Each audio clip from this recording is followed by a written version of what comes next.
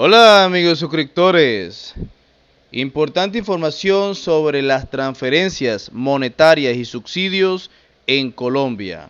Acá en el canal esta información y como siempre, compartan la noticia y suscríbanse. Dios me lo bendiga. ABC. Hoy traigo pues un tema muy importante para todos los seguidores, para todas aquellas personas que se hacen preguntas, que muchas veces pasan dificultades. Y hay un tema que hoy vamos a tratar aquí en esta charla. Son importantes las transferencias monetarias en Colombia y es por eso que he invitado a Francisco Espinosa.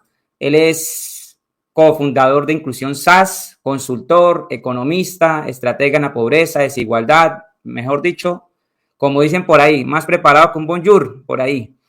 También pues ha trabajado en el sector público como el Departamento Nacional de Planeación, Ministerio de Salud y Prosperidad Social, y es por eso que lo he invitado. Buenas tardes, doctor Espinosa, ¿cómo está? William, buenas tardes, ¿cómo te encuentras? También un saludo especial a todas las personas que ya se encuentran conectadas a este espacio. Bien, si usted tiene alguna duda, alguna inquietud, puede dejarme aquí debajito los comentarios.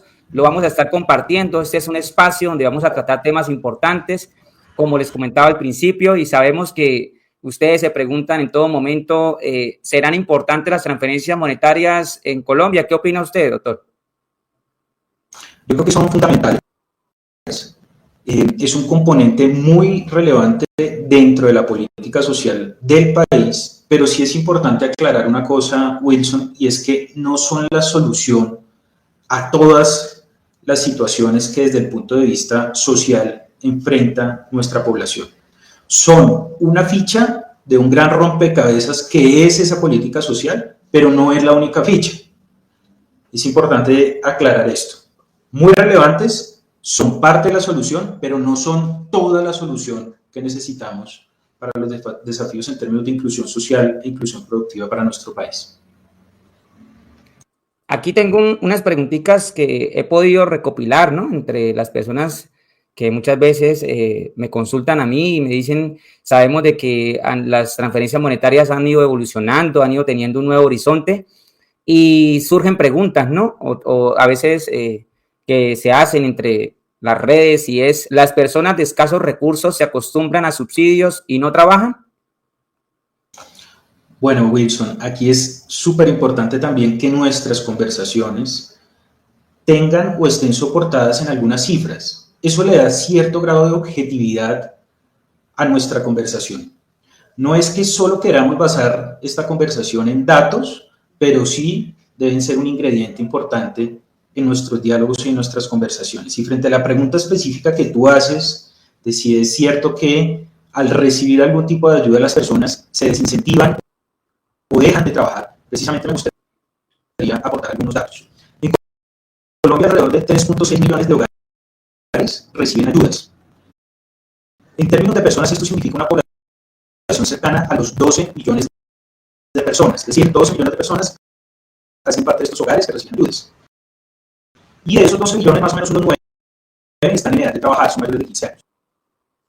De esos 9 millones, 4.6 millones se encuentran hoy día ocupados, más o menos un 50%. Si comparamos esa cifra, ese porcentaje, frente a los hogares que no reciben ayudas, que suponemos están en mejores condiciones, la diferencia no es tan amplia, son más o menos 9 puntos porcentuales de diferencia. Es decir, entre quienes no reciben ayudas, el porcentaje de ocupación es del 59%. Y vuelvo y repito, entre quienes sí la reciben es del 50%. Quiere decir que las personas no se quedan de brazos cruzados esperando solamente recibir los subsidios. Claro, reciben las ayudas, pero también participan activamente en el mercado laboral. 4.6 millones de 9 que están en edad de trabajar en la población que recibe ayudas están vinculadas a algún empleo.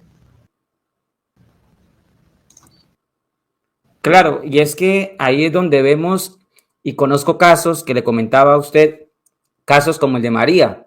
María es una madre soltera con su niña de 10 años, ella vive sola, pero ella no se acostumbra, bueno, recibe el subsidio, pero igual trabaja. También, o sea, ¿ya qué hace? La niña estudia en la mañana, ¿cierto?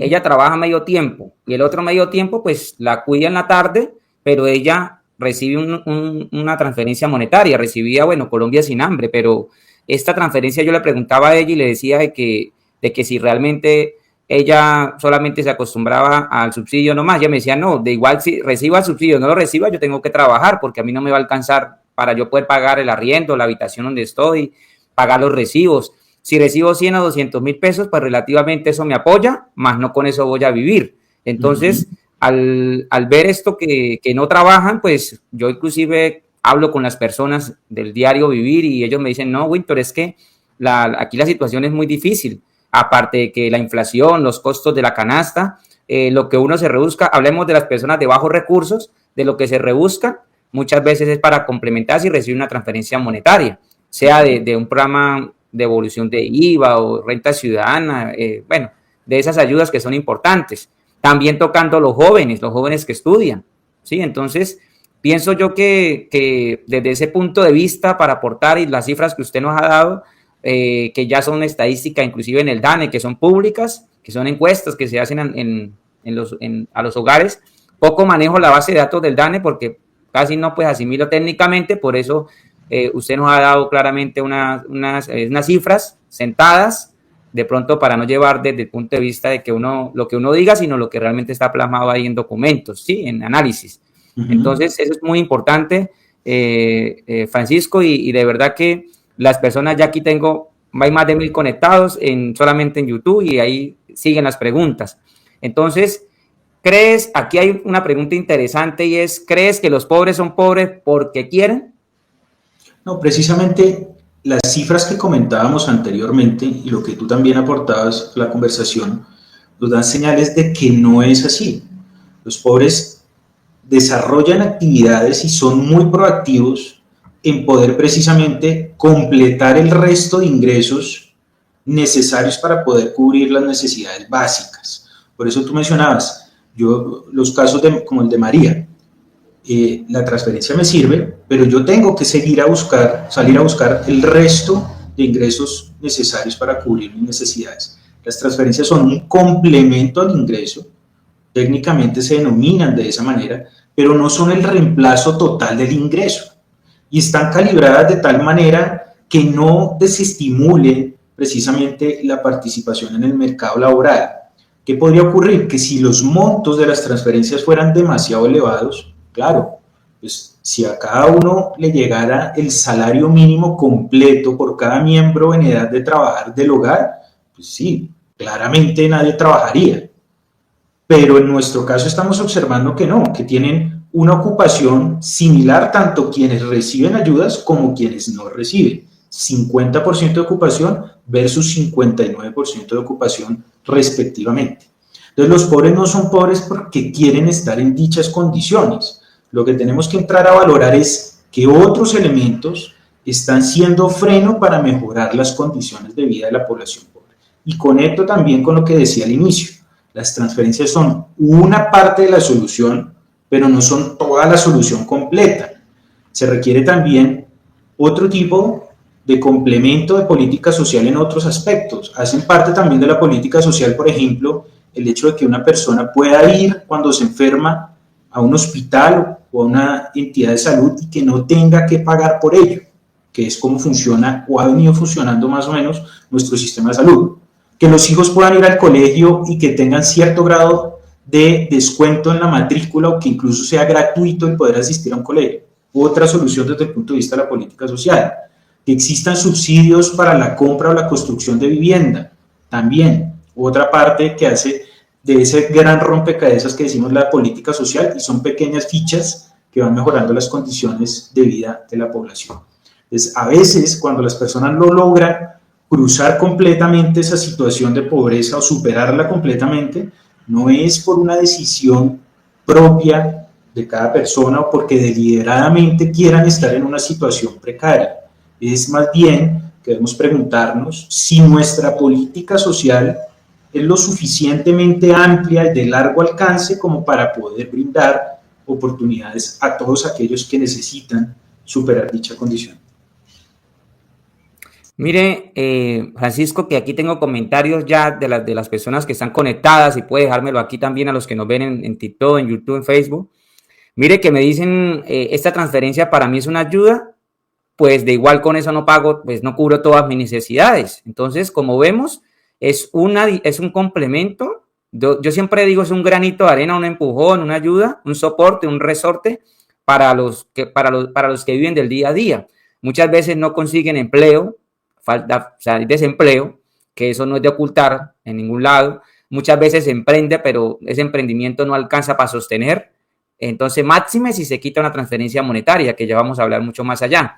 Entonces, yo pienso que he podido tener la oportunidad de hablar con miles de personas ya en esta trayectoria de más de 5 años, donde las personas emprenden, buscan la manera de salir adelante, trabajan y que estas transferencias o estos incentivos económicos, como lo dice la palabra, incentivan, ¿sí? Es una transferencia que apoya en un momento, ejemplo, en pandemia se creó el ingreso solidario, ¿cierto? En pandemia, fue una ayuda que en su momento ayudó a aquellas personas que de pronto se quedaron sin empleo, muchas personas inclusive en su negocio quebraron y que estas transferencias en su momento ayudó. Entonces, si ayudó en su momento en un punto específico, actualmente quiere decir que las transferencias también tienen un punto específico.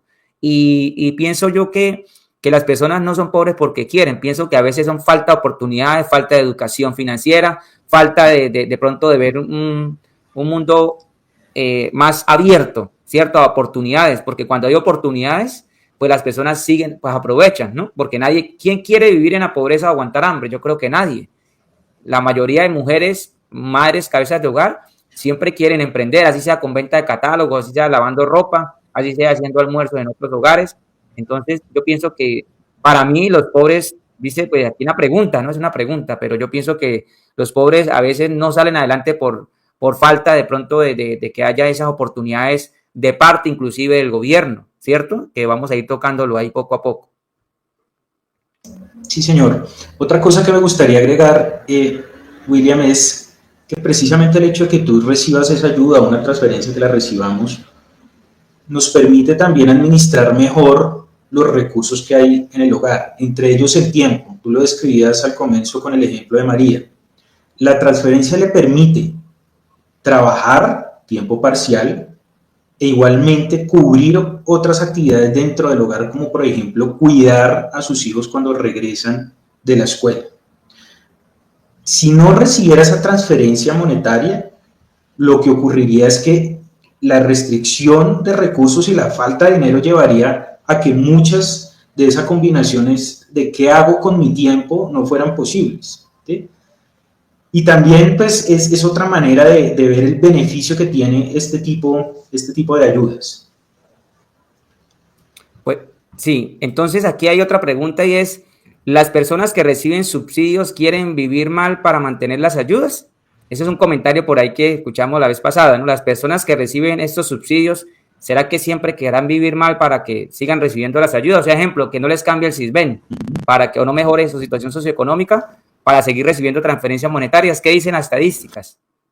Mira, particularmente se afirma o se suele tener en el imaginario que para poder mantener las ayudas o estar todavía dentro de esa posibilidad de recibir otros programas sociales, los hogares se perpetúan en determinadas condiciones y particularmente de sus características de la vivienda. Hace poco, como tú lo mencionabas, escuchábamos comentarios como que los pobres les gusta vivir en medio del barro o en medio de condiciones muy precarias para no perder lo que reciben.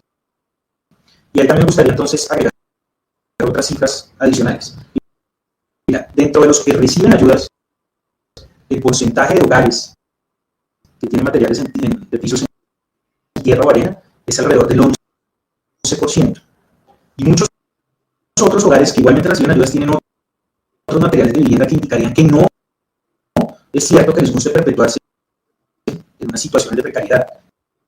El 42% de los hogares que reciben ayudas tienen pisos en cemento o gravilla, un 42% adicional tienen materiales de baldosín, ladrillo u otros tipos de materiales sintéticos que son de buena calidad. Quiere decir que no es una preferencia mayoritaria o marcada entre las personas que reciben ayudas por querer vivir mal. Eso no es cierto. Y me gustaría también agregar otros aspectos adicionales sobre lo que hemos venido mencionando anteriormente. La mayoría de hogares que reciben ayudas también tienen ingresos desde el punto de vista laboral. Cerca del 90% de estos hogares reciben a su vez o gestionan ellos mismos ingresos que provienen de su participación en el día a día en el mercado de trabajo, siendo parte de una nómina o trabajando como independientes, como tú decías, como emprendedores, o buscándose ellos mismos las soluciones a su situación de ingresos.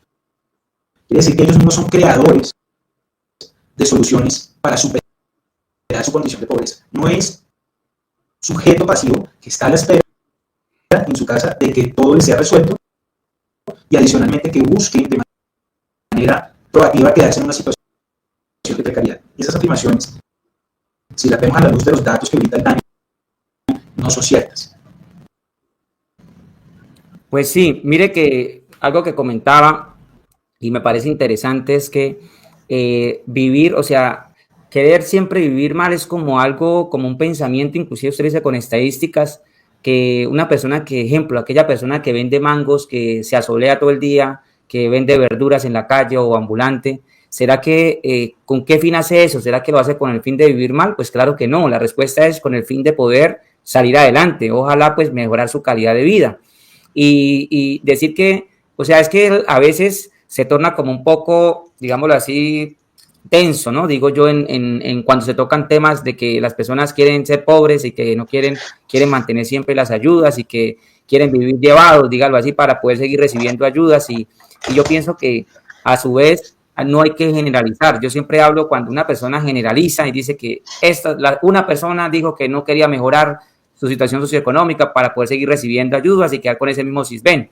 Yo pienso que en ese sentido no se debe generalizar, ¿no? De que todas las familias quieren vivir pobres y todas las familias quieren seguir recibiendo o vivir de subsidio. Y usted dejó algo que es muy claro, y es que las personas para mí nunca han recibido un ingreso, digámoslo así, suficiente para quedarse sin poder trabajar o para vivir de pronto, aparentar, vivir mal. Yo creo que nunca ha habido, decir como usted lo dice, que un salario mínimo para cada hogar, hablando de hogares, ¿no? Hablando de que sea un ingreso suficiente para que las personas se queden durmiendo y sin hacer nada. Escasamente, y se lo digo porque eso pasó el año pasado, hasta agosto, finales de agosto, septiembre, se pagó el primer pago de Colombia Sin Hambre, fueron 220.000, 440.000. Entonces yo me hacía la pregunta, enero, febrero, marzo, abril, mayo, junio, julio, agosto, septiembre, ¿qué hacen las personas para vivir todos esos meses? Pues claramente tienen que trabajar, o sea, es que o rebuscársela, o ir a salir a ganarse la papita, como dicen por ahí. Entonces, como vemos, a veces debemos tener claro de que no podemos, para mí no se puede generalizar. Cuando yo hago una pregunta no puedo decir todas las personas quieren vivir mal, todas las personas quieren ser pobres, todos quieren mantener el puntaje A del CISBEN o el grupo CISBEN y nunca cambiarlo. Pienso yo de que eso no se debe generalizar. Para eso usted nos ha dado datos de análisis del DANE y todo eso que es público y que es recolectado puerta a puerta, ¿no? Eso se hace así. De acuerdo.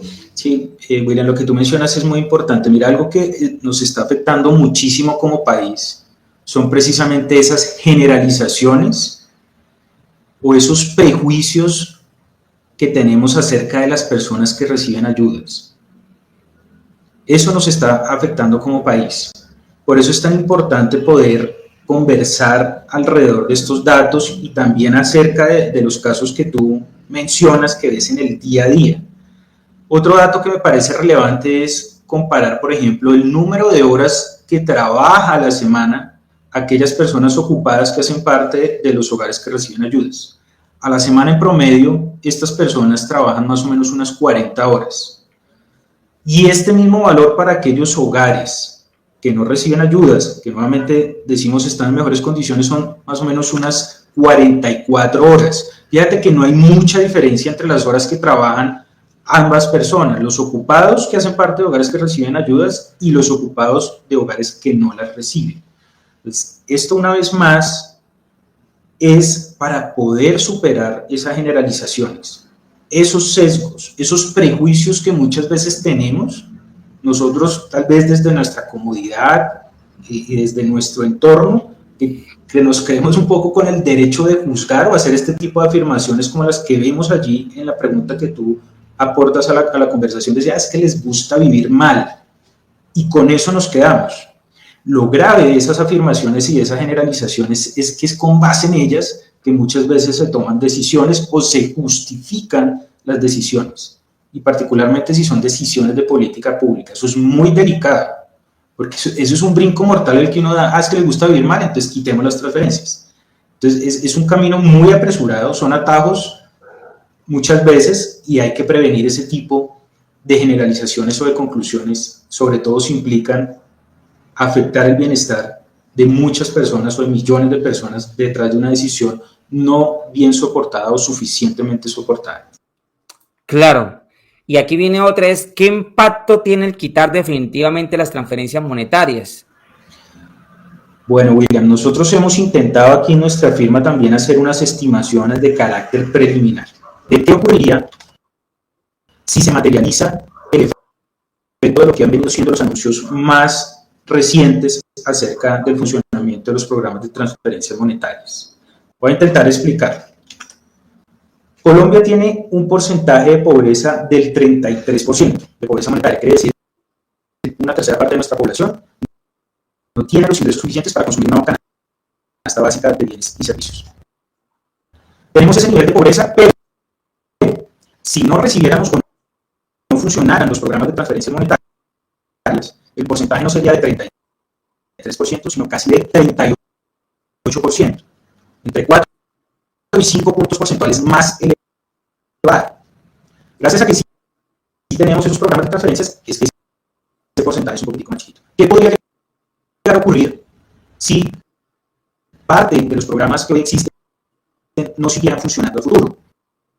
Particularmente el componente de Colombia sin hambre, que se ha venido mencionando un poco en medios. Pues en ese caso, no alcanzaríamos a tener una pobreza del 33%, sino del 35%. Nos perderíamos 2 puntos porcentuales de ganancia cada año cuando se entrega completamente todas las distintas modalidades de transferencias con que cuenta el país. En términos absolutos, ¿esto qué significa? Que más o menos 1.2 millones de personas no lograrían salir de ese umbral de pobreza para comprar su canasta básica de bienes y servicios, sino que se mantendrían en la situación de pobreza. Eso es bastante. 1.2 millones de personas que no lograrían superar la pobreza monetaria si se llega a apagar o a frenar ese componente de Colombia sin hambre específicamente. Entonces, esas son las implicaciones de no prever con tiempo qué hacer o de basar nuestras decisiones en prejuicios como los que señalábamos anteriormente. Les gusta vivir mal, no les gusta trabajar, les gusta perpetuarse en esa situación. Bueno, entonces quitemos ese componente de transferencias. Es grave. Colombia va seguramente a perder la posibilidad de tener niveles más bajos de pobreza por la vía de no poder seguir en funcionamiento parte de estos programas. Si no es claro, tú me dices y tratamos de hacerlo más sencillo. Mire, no, pues a veces el micrófono se entrecorta un poquito la señal y no se entiende muy bien, pero vamos a hacerle desmenuzado para las personas. Listo. Las transferencias monetarias en el ámbito de los hogares que lo reciben, porque van destinados a personas o grupos de hogares pobres en el país, estas transferencias monetarias les adiciona a lo que se rebuscan para sobrevivir, ¿cierto? Para los gastos que tienen. Al quitarlos de raíz, automáticamente, sin que tengan una solución alterna o una vía alterna, 1.2 millones aproximadamente de hogares van a sentir ese impacto inclusive este año, porque ya se quitó Colombia sin hambre. Entonces, desde el punto de vista de lo que usted me está diciendo, para todos los que me están viendo, es importante mantener las transferencias mientras se hace un tránsito a que las personas realmente salgan de ese estado de vulnerabilidad, ¿cierto? Porque si se quita de raíz, se van a sentir muchas veces, es más, hasta viene un impacto, yo creo que emocional, porque relativamente hay personas que poco mucho, porque hablo con personas en la calle, eso lo hago yo, hablo con mujeres, mayormente mujeres, que a veces complementan para los gastos y que ahora no lo van a poder, que ahora tienen que acortarse más. Yo le decía a María y le digo a muchas personas que tienen que acortarse en que no están acostumbradas, sino que a veces cuando les llegaba les apalancaba los gastos que tenían en su momento. Siempre hablamos de gastos porque ante la necesidad, pues usted sabe que son los alimentos y etcétera, que ya vamos a tocar más adelante. ¿Qué hacen las personas con estas transferencias? Entonces, a partir de esto, de quitar definitivamente las transferencias monetarias, creo que el impacto se va a ver a largo plazo desde este punto de vista. Entonces, aquí viene otra pregunta enlazada, que es de transferencias monetarias a créditos. Ya vamos a ver este año que van a impulsar, el gobierno va a impulsar créditos, ya 1.2, o yo creo que la cifra es mucho más grande, que ya no reciben Colombia Sin Hambre, una transferencia como Colombia Sin Hambre, ahora van a tener la oportunidad de créditos. Pero yo me hacía esta pregunta, se la hacía inclusive a todos los que me ven. ¿Será que se va a cubrir con créditos o todos tendrán la misma capacidad o tendrán la oportunidad de tener un crédito para fortalecer un emprendimiento? ¿Será que dónde está aquella mujer que no emprende porque está ocupada laborando medio tiempo? O sea, tendrá que buscar otro, o sea, porque es que la mayoría de personas de bajos recursos no tienen la oportunidad de un crédito, ahora se los van a dar, pero no creo, yo no sé a cuánto irán a cubrir, pero yo no creo que a los 2 millones de hogares o 3 millones de hogares le van a dar crédito. Si es así, sería genial, digo yo, porque eso será como a los requisitos, me dicen por ahí, uno de los requisitos es no estar reportado negativamente en Datacrédito. Más en ese punto, yo creo que el 95% se queda por fuera, por no decir que el 98%, porque a veces están reportados por alguna situación. Yo inclusive, y se lo digo por experiencia, yo estuve reportado hace años atrás, ya gracias a Dios saneé eso, por una factura de Claro, por 50,000 pesos, 30,000. Entonces, por esa negatividad no me daban la oportunidad de un crédito. Entonces, así como estuve yo, ahí la mayoría de personas de bajos recursos tienen esa situación. Entonces, ¿qué opina usted ahora de que eliminan o quitan o no hay recursos, digámoslo así, porque no hubo financiamiento, no hay el suficiente presupuesto para Colombia Sin Hambre y ahora motivan a créditos? ¿Qué opina en esa transición de que se dio de una? Ahora no es transferencia, subsidios, sino ahora créditos.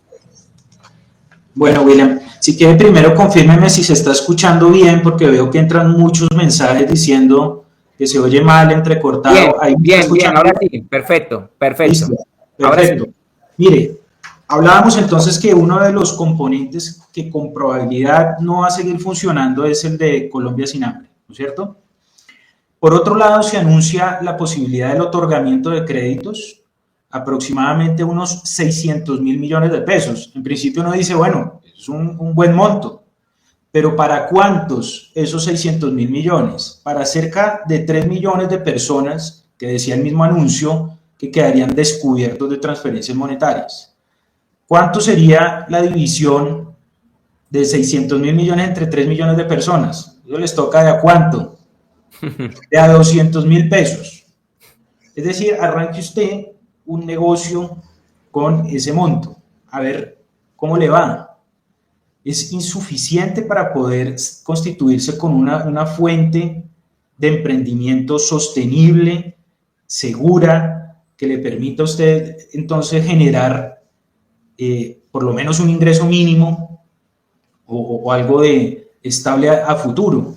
Entonces, yo sí creo que ese reemplazo es muy, muy difícil en el corto plazo, además de todo lo que implica madurar un negocio.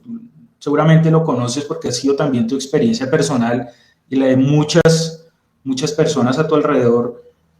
Con formar un emprendimiento y lograr que crezca y que se consolide toma mucho tiempo, toma 2, 3, 4, 5 años.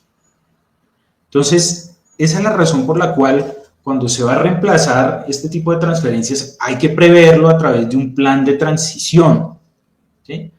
¿Por cuánto tiempo se pueden seguir entregando ciertas ayudas y en qué momento de manera gradual van disminuyendo y si se quiere hasta reemplazarlas completamente?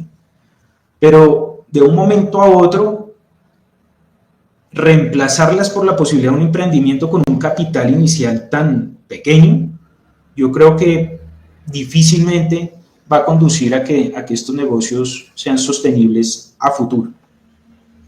No, y más tocando el tema de la educación financiera. O sea, es que no solamente decirle tome un crédito, pero las personas si no tienen muchas veces las bases sólidas para poder, en sentido del conocimiento, porque ejemplo, yo hago ejemplos reales. Una persona recibe un crédito de 1.000.000 de pesos, un ejemplo, 1.000.000 de pesos, ¿cierto? Este millón lo inyectan de pronto en un negocio de comidas rápidas. La pregunta es, como es un crédito, debe pagar las cuotas. Sí, estamos hablando de crédito, de pronto le subsidian la tasa de interés, pero por cierto tiempo, pero tiene que pagar cuotas. Estas personas que reciban transferencias monetarias ya no van a recibir un apoyo, sino van a tener con qué producir, que el negocio se van a sentir presionados que debe dar, porque si no da, si no tienen un colchón para poder sostenerse, automáticamente a los 2-3 meses, no digo que todos quiebren, porque yo nunca pues, le desearía eso a nadie, pero esto los lleva a que tienen que sentir esa presión de que deben pagar el crédito, ya que no reciben transferencias, se rebuscan por un lado, montan su negocio y que todos puedan prosperar, ¿no? en lo que hagan y mantenerse mientras pagan todas las cuotas, sacando de 1.000.000. Entonces acá tocaba un tema que me parece importantísimo y es que 600.000 millones, ¿cierto? Era más o menos la cifra. De acuerdo. Si hablamos de 1.000.000 de pesos promedio, porque es que 200.000 pesos para un emprendimiento, eso no, mejor dicho, eso no alcanza ni para arrancar, por ahí dicen. Regularmente por ahí, mínimo por ahí unos 2 o 3 millones para poder montar medio un negocio, porque el año pasado tuve la experiencia con varios hogares que gracias a Dios pude apoyar y solamente un congelador vale 2.200.000. Un congelador sin ni siquiera insumos. Ojo, ni siquiera insumos. O sea, estamos tocando nomás esa parte.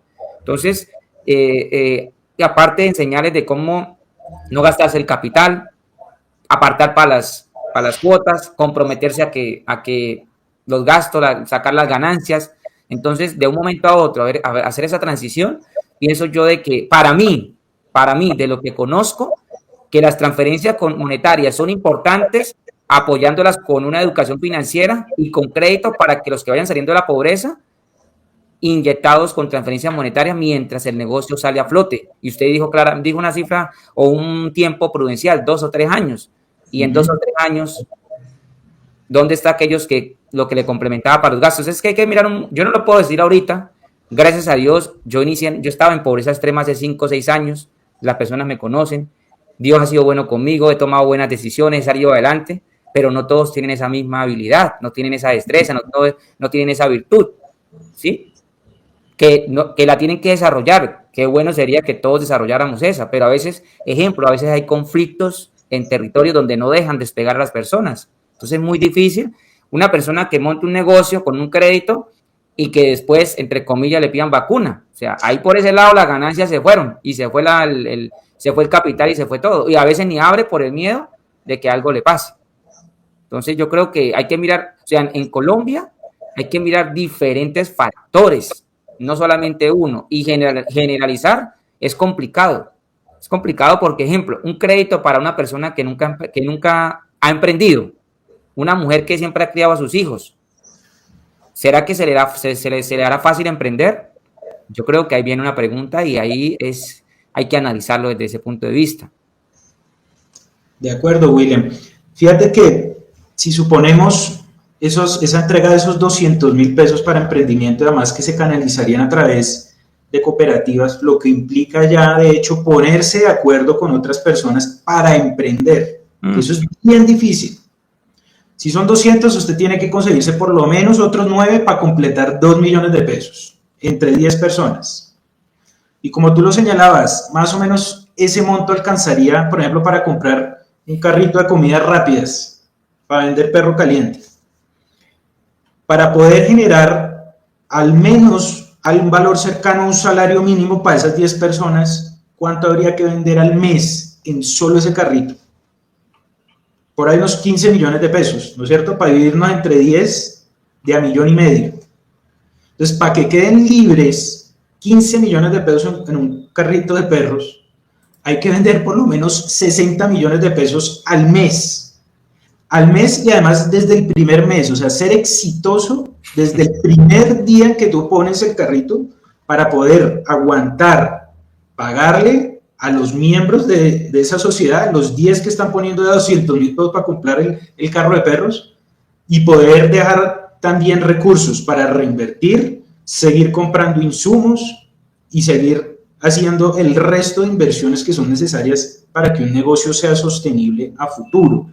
Entonces, fíjate que si uno se pone a hacer algo de cuentas, pues cae en la conclusión de que es muy difícil reemplazar lo que era una ayuda parcial, las transferencias monetarias, ese complemento al ingreso, reemplazarlo por la vía de un emprendimiento cuando el capital de inicio que se otorga a través de crédito subsidiado es tan pequeño.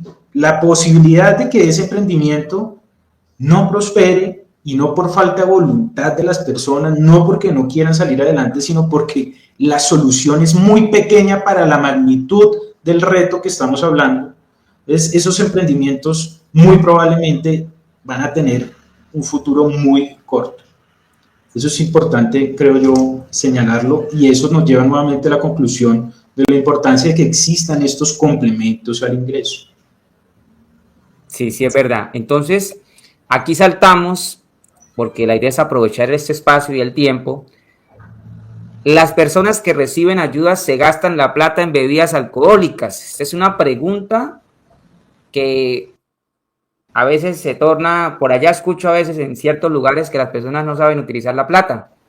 Y yo pienso que aquí usted nos puede dar una respuesta respecto a bases, análisis, ¿en qué se gastan las personas las transferencias monetarias?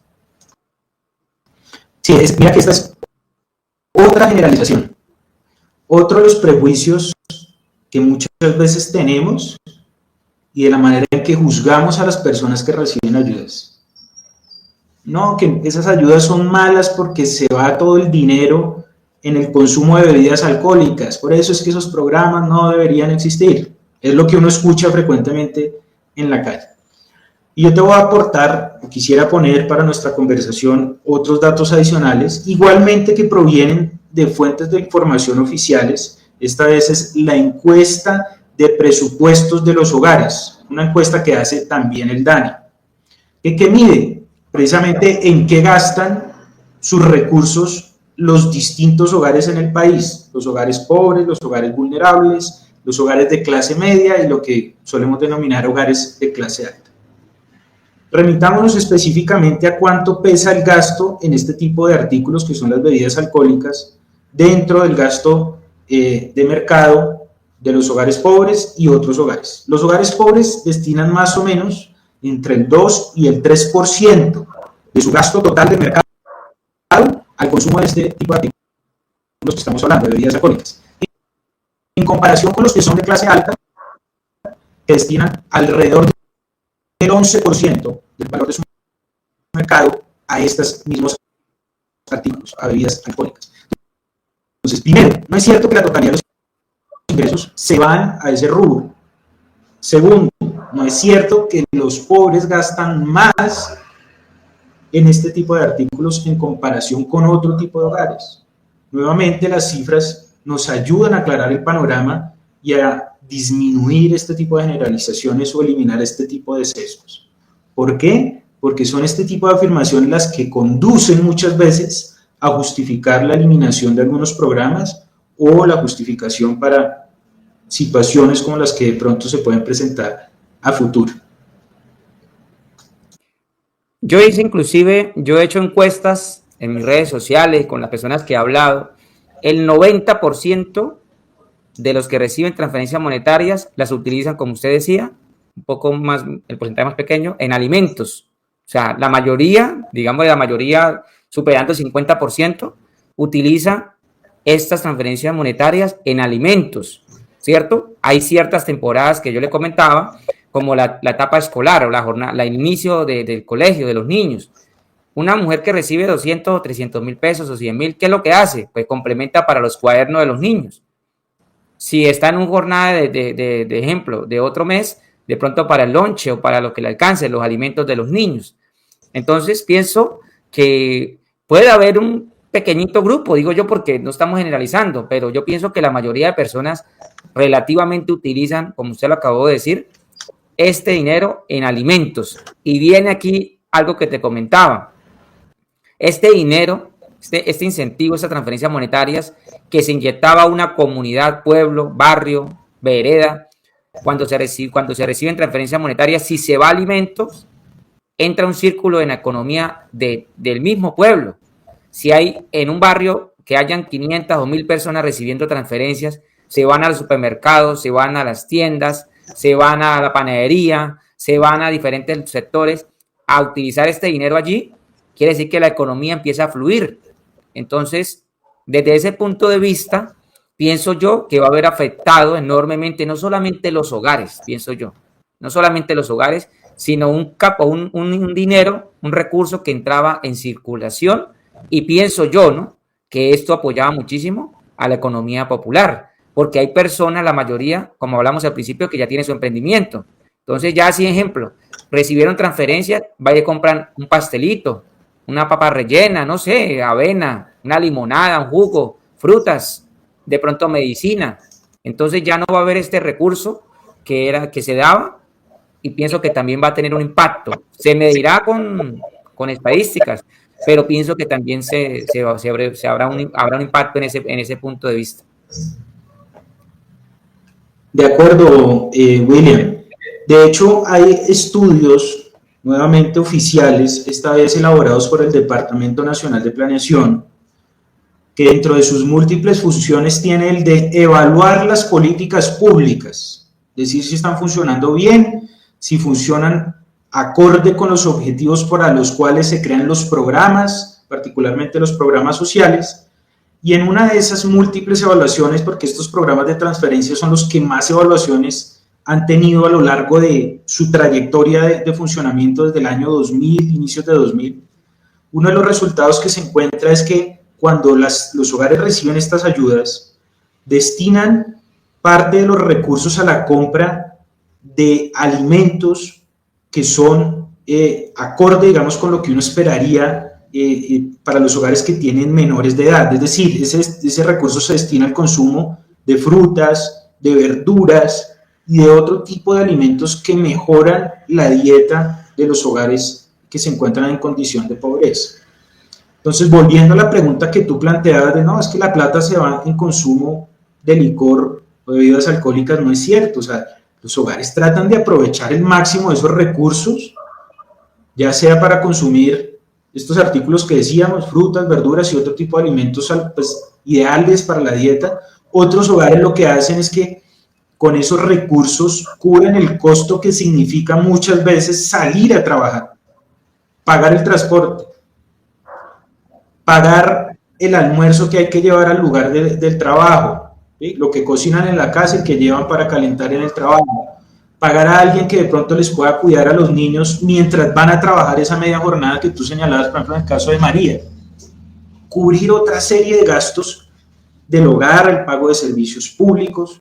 Otros también destinan estos recursos a ahorrar, pensando ahí sí a futuro en tener un volumen suficiente de dinero para de pronto decir, bueno, me lanzo a algún tipo de emprendimiento o a complementar, digamos, esos recursos para iniciar algún tipo de negocio. Esa es la otra, es como, no, es que los pobres se quedan cruzados esperando a que les toquen en la puerta a ver si les ofrecen un trabajo. No es cierto tampoco. Hay un alto nivel de emprendimiento entre la población pobre, solamente que esos emprendimientos que se hacen con tanta restricción de liquidez, pues es difícil que puedan salir adelante. Como tú lo señalabas, o sea, eso requiere dedicación, tiempo, meterle, mejor dicho, todo el empeño posible, saber de educación financiera para poder diferenciar que lo que entra al negocio no es para comérmelo completamente, sino que es también para reinvertir en esa unidad productiva misma. Entonces, no es cierto, digamos, que estos recursos se malgasten o se destinen a rubros que no son, digamos, los más adecuados o los ideales. Es que es más, tocando el tema de en qué se gastan, he podido tener conocimiento de causa y conocimiento en real, que hay veredas donde cuando reciben, lo que hacen es comprar pollos. Compran pollos, por ejemplo, te lo digo porque ya pude conocer e inclusive apoyar a varios hogares en ciertas veredas. Compran 20, 30 pollos, compran la comida para el mes y medio de esos pollos, lo que les alcance. A veces les alcanza para 15 nomás porque un bulto de comida vale 115,000 pesos, 110,000 pesos para los pollos. y se necesitan por ahí 1 o 2 bultos. Entonces compran por ahí 10 pollos, 15 pollos y los empiezan en engorde, ¿cierto? Y en mes y medio, pues ya le sacan alguna ganancia y lo duplican y ahí mucho se mantienen, porque estamos hablando de familias de 3, 4, 5 personas. Entonces yo pienso que quitar esa generalidad, y yo hablo siempre con causas o casos específicos donde realmente aprovechan para bien ese dinero, o sea, lo saben utilizar. Entonces yo no puedo, además de que vemos en un país donde hay tanta desigualdad, donde vemos tanta violencia, donde vemos falta de educación, falta de salud, falta de oportunidades, pienso de que quitar como una ayuda más, pienso, ¿no? De lo que sienten las personas que me lo transmiten, es como quitar ese salvavidas de que a veces les puede ayudar en ciertos momentos. Es un salvavidas, digámoslo así, lo saca de apuros. Por ahí me decía, es que eso me saca de apuros a veces, pero de igual toca seguir en la lucha, y eso es importante. Totalmente de acuerdo, William. Mira que lo que nos comenta Lady Acosta, olvidaba también esto que ella señala allí. Yo lo utilizo para la alimentación y los útiles escolares de mis hijos. Otro de los efectos positivos es precisamente ese que ella señala allí al final. Parte de estos recursos se destinan periódicamente al inicio del año escolar para poder comprar los útiles necesarios para ir al colegio. Eso es súper relevante, sobre todo porque en años recientes uno de los costos que más ha aumentado es precisamente el de la educación. Entonces, estas ayudas también, como tú dices, es un salvavidas o un amortiguador. ¿Sí? Entonces, tener ese colchoncito ayuda, además de otra serie de impactos positivos sobre la asistencia escolar, sobre que los niños van acumulando más años de educación, logran pasar de un grado al otro, tienen menor probabilidad de desertar del colegio, asisten con mayor regularidad a los controles de crecimiento y desarrollo que son tan necesarios entre los 0 y los 5 años y los 0 y los 7 años. Entonces, tienen muchos beneficios positivos alrededor. Disminuye la posibilidad de trabajo infantil, disminuye la probabilidad de embarazo entre adolescentes, no desestimula la participación en el mercado laboral, es decir, no hace que la gente deje de trabajar. Como tú lo señalabas, en muchos casos se convierte en el punto de partida para poder comprar algún tipo de activo, los pollos, los cerdos, algún tipo de activo para desarrollar una actividad económica adicional. Entonces, si bien esto no se trata de hacer una defensa a ultranza de las transferencias monetarias, porque también tienen elementos para mejorar, y vuelvo y señalo, son una solución entre muchas de las que son necesarias. Lo que sí es cierto es que cuando se hacen las evaluaciones para mirar si estos programas están funcionando bien o no, se encuentran un conjunto amplio de efectos positivos en distintos aspectos: educación, salud, trabajo, algo de emprendimiento. La misma bancarización hace visible a esta población delante del sistema financiero.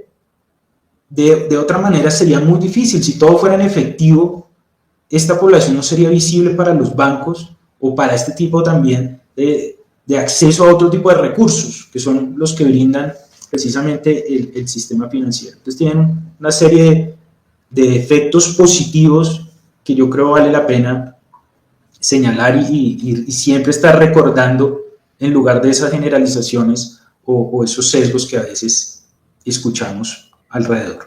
Sí, es que sabemos de que los puntos de vista de que las personas reciben sus subsidios y que ya no trabajan y que lo utilizan mal y que con eso no les va a servir para nada, pienso de que se debe sacar a raíz de un análisis de qué tan efectivas son las transferencias, ¿no? Y es por eso que aquí viene una pregunta. ¿Qué tan efectivas son las transferencias monetarias para reducir la pobreza a largo plazo? ¿Qué tan efectivo? O sea, ¿qué ayuda a la economía de un hogar, de una familia? No lo hablemos todo lo más en hogares, de una comunidad. ¿A qué ayudan las transferencias monetarias? Las evaluaciones que hemos venido señalando, William, también destacan ese aspecto positivo de las transferencias. Ayudan o aumentan la probabilidad de que un hogar supere la condición de pobreza monetaria, principalmente, y en algunos casos aumenta también la probabilidad de superar la condición de pobreza multidimensional, que no sé si de pronto han tenido oportunidad de conversarla en este espacio previamente. Pero una lo que mide es si yo tengo la plata suficiente para comprar la canasta básica de bienes y servicios, que ahí la relación es mucho más directa entre la ayuda, porque es plata, y esa plata me ayuda a comprar esa canasta. La pobreza multidimensional, por otro lado, lo que hace es chequear una serie de aspectos que son básicos también para la vida de las personas. Temas asociados a educación, salud, trabajo, materiales de la vivienda. Ayuda a superar ambos tipos de pobreza, pero con mayor probabilidad la salida de la pobreza monetaria. Ahora, también es importante aclarar, no les ayuda a todos los pobres a superar su situación de pobreza. Aumenta la probabilidad para un grupo reducido que puedan superar esa situación, pero es donde entra en juego el resto de elementos que hemos venido diciendo de la política social. Las transferencias deben ir en conjunto con otro tipo de soluciones, que se mantengan los beneficios que habíamos venido cultivando y construyendo durante tantos años en términos del sistema de salud. Que usted se enfermó, va, sí, teníamos a veces demoras y situaciones complejas, pero lo atendían. Que usted quiere matricular a su hijo en un colegio público, sí, a veces nos queda lejos de la casa, pero en la mayoría de los casos se encuentra donde matricularlo y también en la mayoría de los casos esos cupos son gratuitos. Que los jóvenes tengan alternativas también para estudiar. Están las universidades públicas, algunos medios que facilitan para los que quieren de pronto un crédito a través del ICETEX, que sí, tiene sus condiciones, que podría ser mejor, pero hay posibilidades. Las universidades públicas, el ICETEX, además de programas como el mismo Jóvenes en Acción, que entrega esos recursos monetarios para poder cubrir los gastos más básicos para salir a estudiar, poder coger el bus, poder comprar los útiles para ir a la universidad, la alimentación, todo ese conjunto de soluciones de la política social es lo que nos permite esa salida, ahí sí, de manera más sostenida de la pobreza. Las transferencias, una solución entre muchas de las que son necesarias, pero sí aportan a reducir la pobreza. No la resuelve completamente, aporta. Esa es un poco la respuesta a esta pregunta que planteas en pantalla. Y ese aporte se quita completamente, ahí es donde viene, mejor dicho, ahí poco a poco iremos mirando el panorama. Son políticas, por ahí hablaba una vez también con una colega suya, una economista, ella me decía que hay estudios comprobados ya de más de 30, 40 años, el impacto positivo y negativo de las transferencias monetarias, ¿cierto? La importancia. Entonces, ahora vemos de que esto se va a analizar de seguro en muy poco tiempo, en 1, 2, 3, 4 años se va a ver el impacto que se tiene respecto a la política social y las transferencias monetarias, que yo creo que no se necesita de pronto tanto análisis para entender de que cuando ya no entra un dinero a cientos o miles o millones de familias, que ya no circula en una economía, que ya no de pronto hay esa, como lo dice, ese incentivo, pues incentiva a los hogares. Yo creo que va a haber un impacto fuerte en esa parte, ¿no? Eso no se necesita de pronto mucho análisis, en sentido de entender lo que pueda pasar. Sí, no se necesita mucho. Se necesita como para más análisis de poder proyectar un programa social, que eso sí es claro, se necesita a veces datos estadísticos para poder hacer resoluciones, decretos, leyes, pero yo creo que la realidad es que los hogares hoy en día, además que todo está caro, o sea, el que diga que todo está barato es difícil, o sea, la inflación y todo lo que requiere un gasto de un hogar es altamente. Un ejemplo, un hogar de 3 o 4 personas no puede vivir con 200,000 y 500,000 pesos. Entonces, cuando una transferencia de este monto, claramente el hogar nunca va a vivir de eso. Lo que hace es apoyar en cierto momento. Entonces, aquí viene una pregunta: ¿es mejor invertir en programas de empleo que en subsidios directos para la población vulnerable? O sea, aquí vienen preguntas muy técnicas, ¿no? Ahí la respuesta es que se requieren las dos. Por eso la integralidad de la política social. Por eso resaltar que son varias fichas que conforman ese gran rompecabezas que es la política social. ¿Y qué debemos garantizar nosotros? Que de acuerdo con las condiciones de cada hogar, pues tenga su propio rompecabezas. Con una sola ficha no se logra superar la pobreza, se requieren varios elementos. Entonces, no es una disyuntiva o una solución de todo o nada, no es o solo programas de empleo o solo transferencias monetarias, es cómo logramos combinar estas soluciones de la manera más efectiva para que no nos quede gente por fuera, pero tampoco para que sea tanto ese conjunto de soluciones desde el punto de vista social, que pues también estemos poniendo recursos donde no deberían estar puestos. Todo en su justa medida. Transferencias sí, programas de empleo también. Es más, algún día deberíamos también poner la mirada no solamente en lo que reciben los hogares, sino qué está ocurriendo con lo que los mismos hogares generan. Es decir, alguna vez nos hemos preguntado por qué si existen estas ayudas y estos programas, aún algunos hogares no logran salir de la pobreza. Nos hemos preguntado qué tipo de trabajos tienen posibilidades de tener estos hogares. Si son trabajos en condiciones precarias de informalidad, muchas veces a tiempo parcial, no debidamente soportados en un contrato, sino que son cosas que se negocian a veces en la semana, contratos por día, que perfectamente pueden cambiar de un momento a otro. Nos hemos preguntado si la población colombiana y particularmente la población en condiciones de vulnerabilidad tienen suficiente capital humano para poder de pronto acceder a oportunidades de otra naturaleza. ¿Qué está ocurriendo también en términos económicos de nuestra economía? ¿Qué tan productivos podemos llegar a ser? ¿Qué tipo de empleos se están ofreciendo o se crean? Eso muchas veces lo perdemos de vista y concentramos solo el interés en los temas de las transferencias monetarias, si deben existir o no. Nos estamos preguntando qué está pasando con el otro mundo, que es el día a día de las personas, de, bueno, cómo trabajan, cómo solucionan sus problemas de ingresos ellos mismos, porque son creadores de soluciones. El emprendimiento, el cómo combino el medio tiempo de mi trabajo, pero también logro cubrir los compromisos que tengo dentro de mi hogar, cómo monto el negocio de arepas, la venta de comidas rápidas, al tiempo que también combino con apoyar a otros hogares en el cuidado de personas, de niños. Las personas ingenian muchas soluciones para tratar de superar la pobreza. Pero ¿qué oportunidades está ofreciendo el crecimiento económico de nuestro país para brindar empleos de mejor calidad, mejor remunerados? ¿Qué oportunidades tienen la mayoría de la población para poder tener un mayor logro educativo, que puedan acceder a la universidad? Eso es lo que también deberíamos estar preguntándonos, no solamente si deberían existir o no las transferencias monetarias o si deberían existir o no unos subsidios para incrementar o incentivar el empleo. Son muchos elementos los que hay que analizar al tiempo. Y algo que es importante para adicionar la seguridad. Aquí me han comentado ya muchos casos que van a emprender, pero que por la falta de seguridad muchas veces les toca cerrar. Y en esa cerrada de semanas y semanas quiebran. O sea, quieren emprender, tienen las ganas de emprender, buscan los medios para emprender, pero a veces la falta de seguridad, ¿cierto? Llegan por ahí, yo siempre digo entre comillas, vacunas y que las ganancias se van para otro lado, entonces las personas prefieren cerrar por miedo.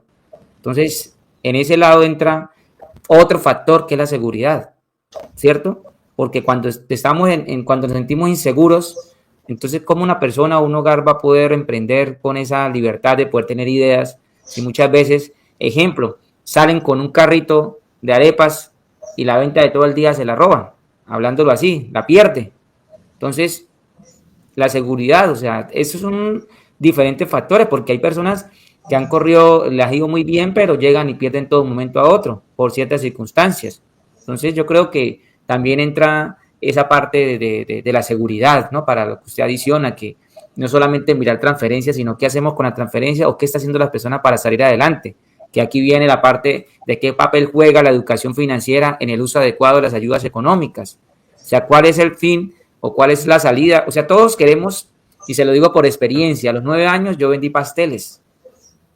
Yo le comentaba a usted lo que laboraba, puerta a puerta, vendiendo hasta Bonais. No sé si algún día escuchó Bonais, vendí bolsas, vestidito así con el carrito y todo. mercochas de sabores, todo eso en las escuelas.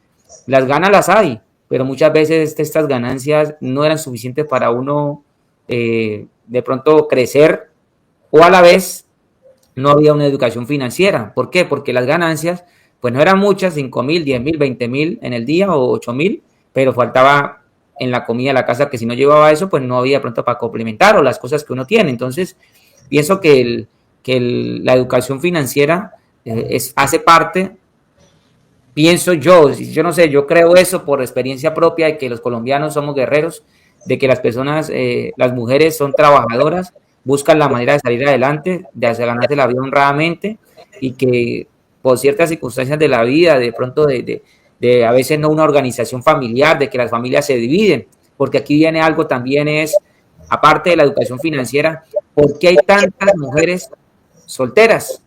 ¿Por qué hay tantas mujeres solas con sus niños? ¿Dónde están los padres responsables de esas familias o de esos niños? Porque es que aquí radica la pobreza también. Yo creo que es el rublo mucho, o sea, más grande, digo yo, porque si miramos, las transferencias monetarias van específicamente, mayormente focalizadas a mujeres con niños de diferentes edades. Y como vemos, la mayoría no tiene, en sentido de lo que se congrega las transferencias monetarias, no tienen un adulto o un hombre responsable, un adulto y no un hombre responsable con sus hijos, echados para adelante. Entonces, ¿qué fue lo que vivimos en mi familia? ¿Sí ve? División de familias. Entonces, aquí yo creo que entra otro papel que usted decía que es una integralidad, y algo integral: empleo, transferencias monetarias, capacitación financiera, pero también la familia. Las familias se están dividiendo, mejor dicho, hoy en día, tener una familia unida de papá y mamá con sus hijos toda su vida, o sea, que estén unidos, es difícil, y falta de pronto de tener esa parte interna espiritual, esa parte emocional, porque hace parte de todo esto. O sea, yo no puedo dividir que la parte espiritual o la parte emocional no tenga que ver con una familia, lo tiene que ver todo, no hay que ser ese fundamento de una sociedad, la familia, y como vemos, inclusive, yo he hablado con cantidad de madres solteras que dicen, mi esposo se fue y me dejó con 3 hijas, me dejó, ahí nomás, en ese ámbito, si las niñas no estudian, no salen adelante, no pueden, porque a veces su mamá no tiene para esos recursos, que entran en problemas de demanda de alimentos. Yo creo que todo esto va dentro de un ámbito también social, o sea, esto también es social, la parte de conocer realmente por qué las familias se están dividiendo. Si no hay educación, si no hay salida, viene la pobreza. Una mujer con una madre con 3 o 4 niñas solas, de seguro, si no tiene un sostén, cae en la pobreza. Nosotros fuimos a la edad de más o menos como 6 años, éramos 5 hermanos, mi mamá sola, fuimos a parar a una habitación durmiendo en el piso, con colchonetas de ahí, algo muy sencillo, en una habitación de barro. Entonces, si eso lo viven cientos de familias hoy en día, entonces yo creo que va la pobreza o la falta de pronto en la parte de visualizar la pobreza, yo creo que tiene muchos puntos, y hay que agregar, para mí hay que agregar ese punto, el factor familia, porque es más fácil, digo yo, no es que sea fácil, es más, de pronto se puede ayudar más cuando una pareja se une para salir adelante. Eso es lo que yo pienso. De acuerdo, William. Frente a lo que mencionabas al inicio de la pregunta, que tiene que ver con los temas de educación financiera, estos programas de transferencias ofrecen unas ventajas. Vuelvo y repito, no solucionan todo, pero a través de ellos sí se pueden canalizar muchas de las iniciativas que se requieren para la superación de la pobreza, entre ellas la educación financiera. ¿Por qué? Porque ahí los bancos pues trabajan con todos estos hogares, más o menos 2 millones, 3 millones de hogares, a través de los cuales pueden canalizar cierto conocimiento relacionado con educación financiera. El programa se presta como plataforma por el tamaño que tiene, por los canales de comunicación propios que tienen. Mira, por ejemplo, lo que sucede alrededor de tu canal, ¿sí? Lo que sucede a través de las redes oficiales de comunicación de los programas, por ejemplo, de prosperidad social. Son plataformas a través de las cuales se puede difundir información, se puede difundir conocimiento. Uno particular los temas de educación financiera. Es una manera de conectar y de acercar los servicios financieros a la población que tradicionalmente ha estado más excluida. Porque lo paradójico de todo esto, William, es que muchas veces llega más rápido el gota a gota que el sistema financiero formal. El gota a gota va puestico por puestico de arepas, prestando, cobrando hasta que llega al límite de ahogar financieramente a veces a las personas. Claro, a un banco le resulta mucho más difícil hacer esa presencialidad uno a uno en físico, ir puesto por puesto. Uno casi nunca ve un representante de un banco desarrollando esa labor, ¿verdad? Pero este tipo de programas, al congregar a tanta población y al tener medios o canales de comunicación como este canal y las redes y todo el ecosistema que hay alrededor de los programas de transferencias monetarias, ayudaría a que los bancos puedan difundir información de manera más eficiente y masiva que si tuvieran que ir uno por uno cada hogar enseñándole qué es educación financiera, cómo ahorrar, cómo priorizar ciertos gastos, ¿sí? Entonces es un canal, un medio para servir a la comunidad y acercar también esos servicios financieros y todo lo que ello implican a esta población en particular. Ahí hay una oportunidad gigantesca y creo que los programas lo han venido implementando y tratando de incorporarlo de manera más efectiva dentro de su diseño. Entonces me parece que por ahí puede haber una posibilidad. Mire que usted me hizo recordar, le comento aquí, el año pasado hicimos un evento con una entidad financiera, donde aquí en Cúcuta hicimos un evento donde más o menos asistieron como 1,000 personas físicamente. Aquí les enseñaba la parte que se necesita para poder emprender, y aquí usted toca algo que ya lo he venido haciendo, estimular a las personas enseñándoles qué deben hacer cuando, ejemplo, si yo voy a emprender, no puedo, ¿qué hace uno cuando agarra? Yo les hablo literalmente, ¿sí? Les enseño de esa manera. Hice una presentación muy bonita. Usted agarra un terreno, ¿cierto? Haciéndolo literal. Usted empieza a sembrar poco a poco. Usted no va a recoger frutos todavía. Usted primero tiene que sembrar esas semillitas, siembra otra, siembra otra, siembra otra. Después de sembrar, ¿qué viene? Regar, echarle agüita, echarle abono. Entonces, esto requiere de tiempo, ¿cierto? Y después del tiempo, aquí hablamos de educación financiera. Después del tiempo, las maticas empiezan a crecer para empezar a dar frutos. Pero yo no puedo agarrar esas maticas o esos frutos y de una vez arrancárselos. Tengo que esperar que siga creciendo, que se fortalezca el emprendimiento, que se fortalezcan los frutos, los árboles, y ya cuando estén suficientemente grandes, esas mismas frutas, que en este caso se hace el capital del emprendimiento, lo utilizo para seguir sembrando más y más y más, que llegará un momento en que haya suficiente para poder sostener o poder, digámoslo así, salir a flote un emprendimiento. Porque en la parte de educación financiera, cuando nosotros, inclusive me pasó a mí muchísimas veces por errores, mala administración. Si somos mal administradores, ejemplo, si me gano 500 y me gasto 500, si me gano 1 millón, me gasto 1 millón, si me gano 2 millones, me gasto 2 millones, o gasto hasta 3 millones lo que no tengo y me endeudo, contando con lo que viene el mes entrante. Ahí radica en que si mis gastos son de 500 y sobreviví un año con 500, el día que me gane 1 millón, tengo que seguir viviendo con los 500. Entonces, todo esto radica en lo que se puede enseñar y lo he podido aplicar, gracias a Dios, y lo he podido enseñar poco a poco. Ya hoy es una empresa que inició desde abajo, desde lo más bajito, casi que de menos cero, pero tocó aplicar educación financiera.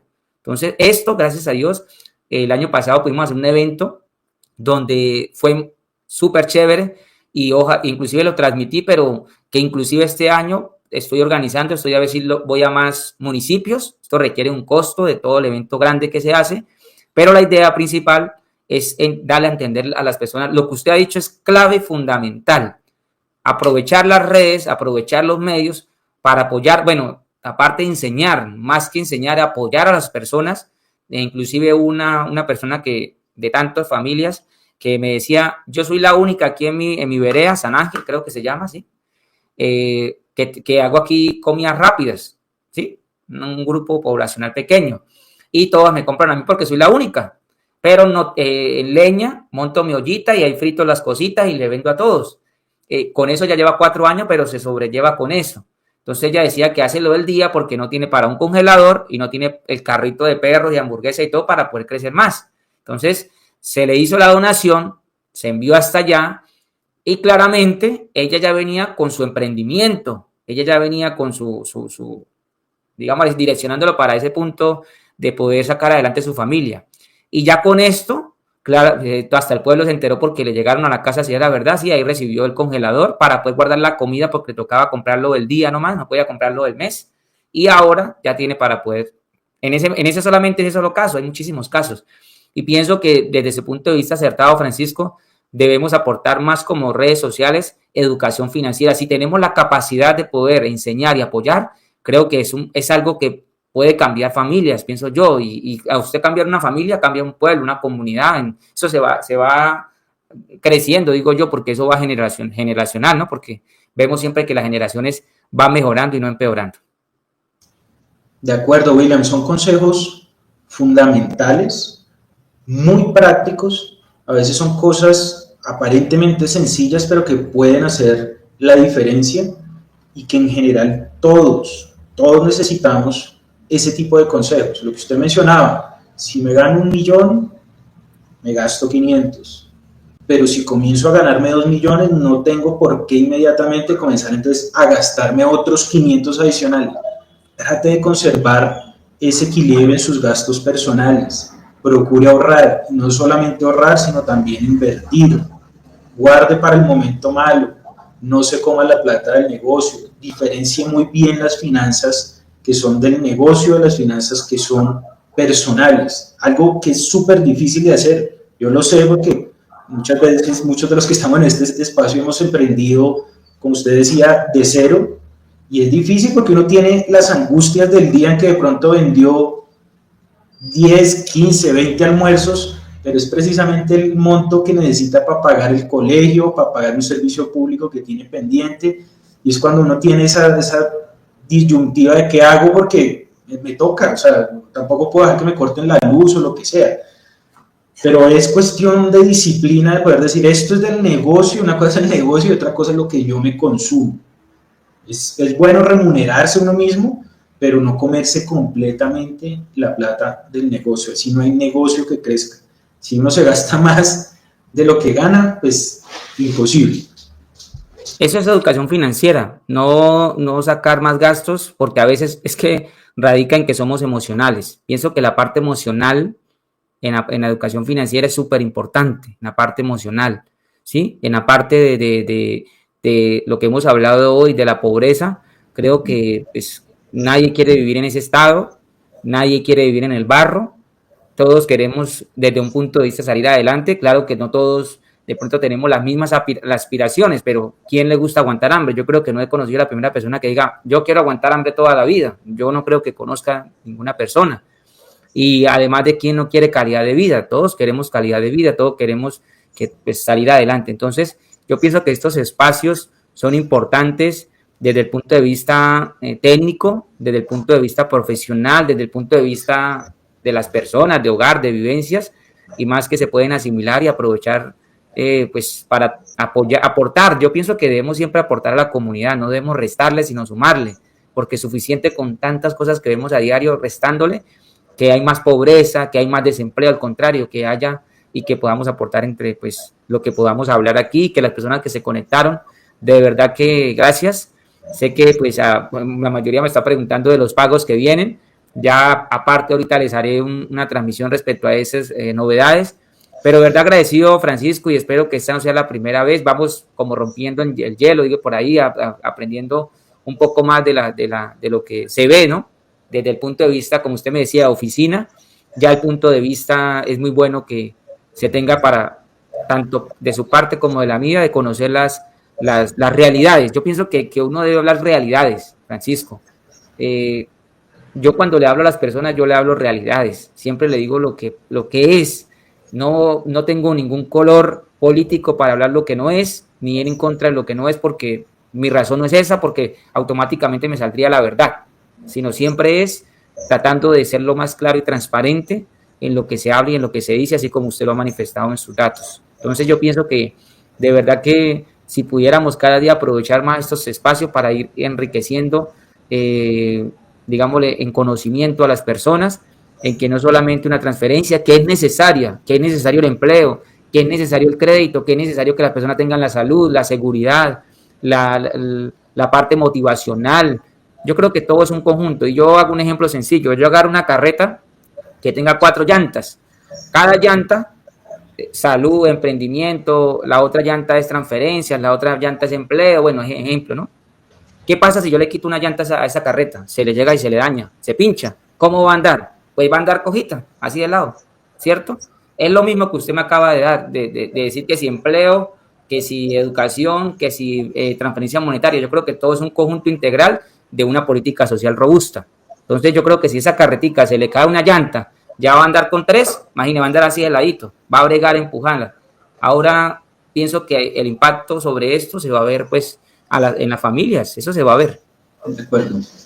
De hecho, me gustaría, si me lo permites, William, retomar un poquitico una de las preguntas que tú me has hecho al inicio, pero como teníamos un poquitico problemas de comunicación, era qué impacto iba a tener de pronto el desmonte de alguno de estos programas sobre los temas de pobreza. El cuarto, ¿esta? Sí, exacto.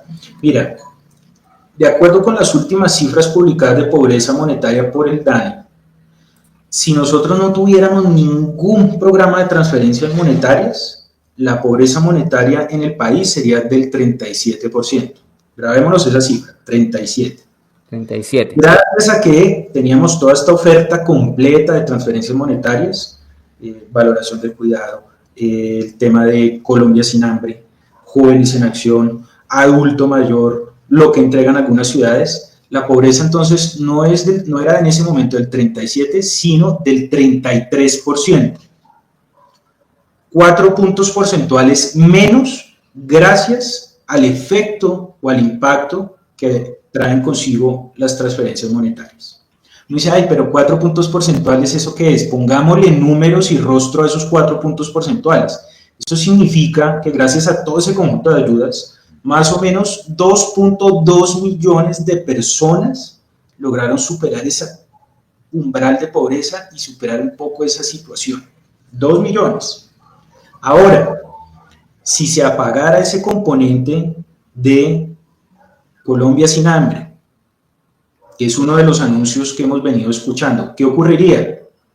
Que ya no serían 4 puntos porcentuales de reducción, sino solamente 2 puntos de reducción. Traigo a colación su ejemplo de las 4 llantas. Con todas las transferencias monetarias funcionando completamente, tenemos las 4 llantas, los 4 puntos porcentuales.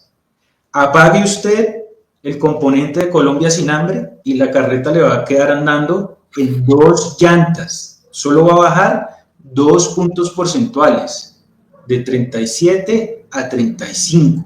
Si le ponemos rostro a esos números, a esos puntos porcentuales, quiere decir que 1.2 millones de personas van a quedar en situación de pobreza, que normalmente tendrían la posibilidad de salir de dicha situación, pero por el desmonte, probablemente 1.2 van a permanecer, 1.2 millones de personas van a permanecer en situación de pobreza monetaria por el hecho de apagar ese componente.